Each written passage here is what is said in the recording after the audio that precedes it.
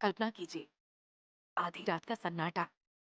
Venezuela की राजधानी Caracas धीरे धीरे अंधेरे में डूब रही है। शहर की रोशनियां एक एक करके गुम हो रही हैं और फिर आसमान में कुछ काले साए मंडराते हैं। ये कोई साधारण साए नहीं, बल्कि ताकत और इरादे के प्रतीक हैं।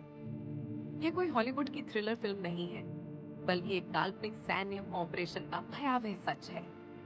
इसे नाम दिया गया ऑपरेशन एब्सोल्यूट रिजॉल्व, और इसका लक्ष्य दुनिया के सबसे शक्तिशाली देश द्वारा एक संप्रभु राष्ट्र के राष्ट्रपति निकोलस मादुरो को उनके ही घर से उठाना।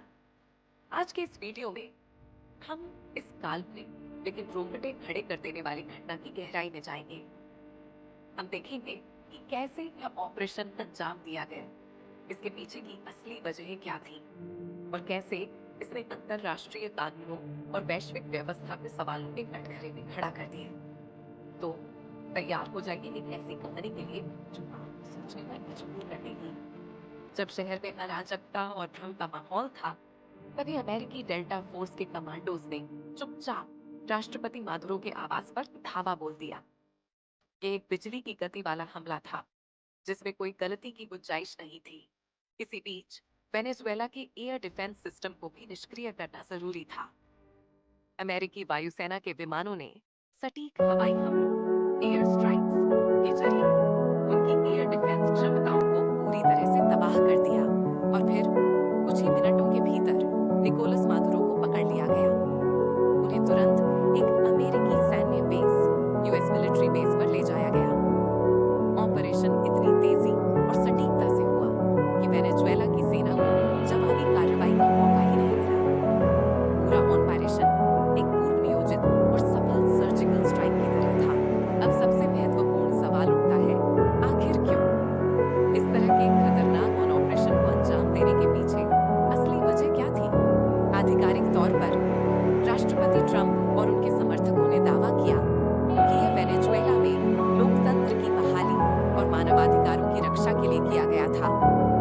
मादुरो पर नशीली दवाओं की तस्करी, ड्रग ट्रैफिकिंग के गंभीर आरोप भी लगाए गए और कहा गया कि उन्हें न्याय के कटघरे में खड़ा करना जरूरी है।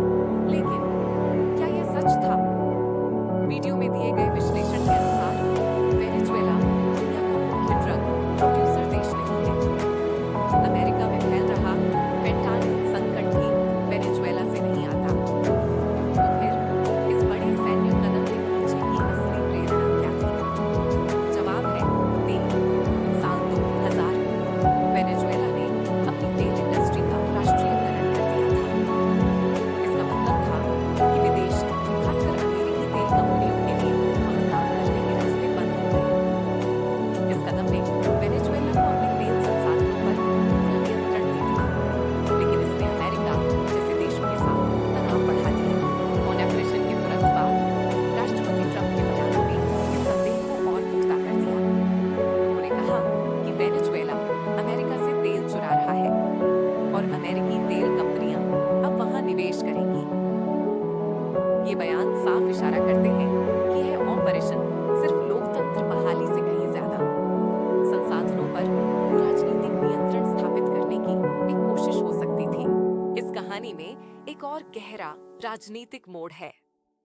कुछ विशेषज्ञ और समीक्षक यह भी मानते हैं कि इस तरह का बड़ा सैन्य ऑपरेशन एक डाइवर्जन के रूप में इस्तेमाल किया जा सकता था।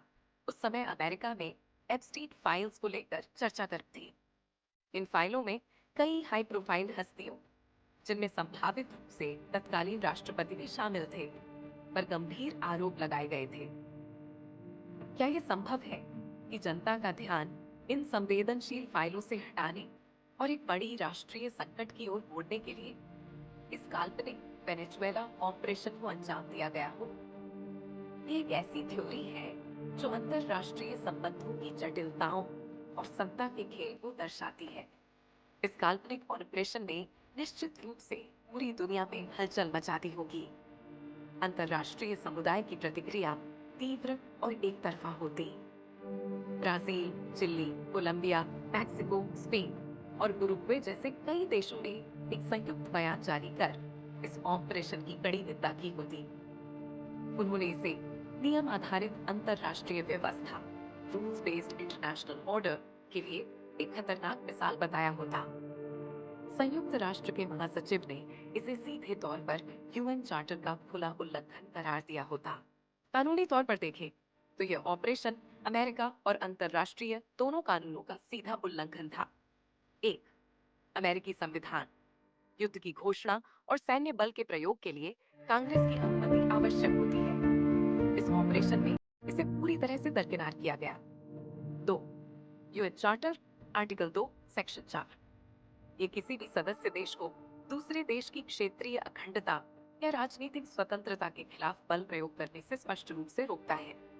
ये घटना दोहरे मानदंडों को भी उजागर करती है, जहां कमजोर देशों के लिए अंतरराष्ट्रीय कानून खड़े होते हैं, वहीं शक्तिशाली देश, खासकर जिनके पास संयुक्त राष्ट्र सुरक्षा परिषद में वीटो पावर है, अक्सर इन कानूनों से ऊपर उठकर काम करते हैं। ऑपरेशन एब्सोल्यूट रिजॉल्व भले ही एक काल्पनिक परिदृश्य हो, लेकिन यह अंतरराष्ट्रीय राजनीति की गहरी और कभी-कभी कड़वी सच्चाइयों को दिखाता है, जहां शक्ति, संसाधन और भू राजनीतिक हित अक्सर नैतिकता और कानून पर भारी पड़ जाते हैं। यह हमें सोचने पर मजबूर करता है कि क्या अंतरराष्ट्रीय व्यवस्था वास्तव में निष्पक्ष है, या यह सिर्फ शक्तिशाली देशों के हितों की सेवा करती है। आपकी इस पर क्या राय है? क्या किसी देश के राष्ट्रपति को, चाहे उस पर आरोप कुछ भी हो, इस तरह से अपहरण करना अंतरराष्ट्रीय कानूनों के तहत उचित है? हमें कमेंट्स में अपनी राय जरूर बताएं।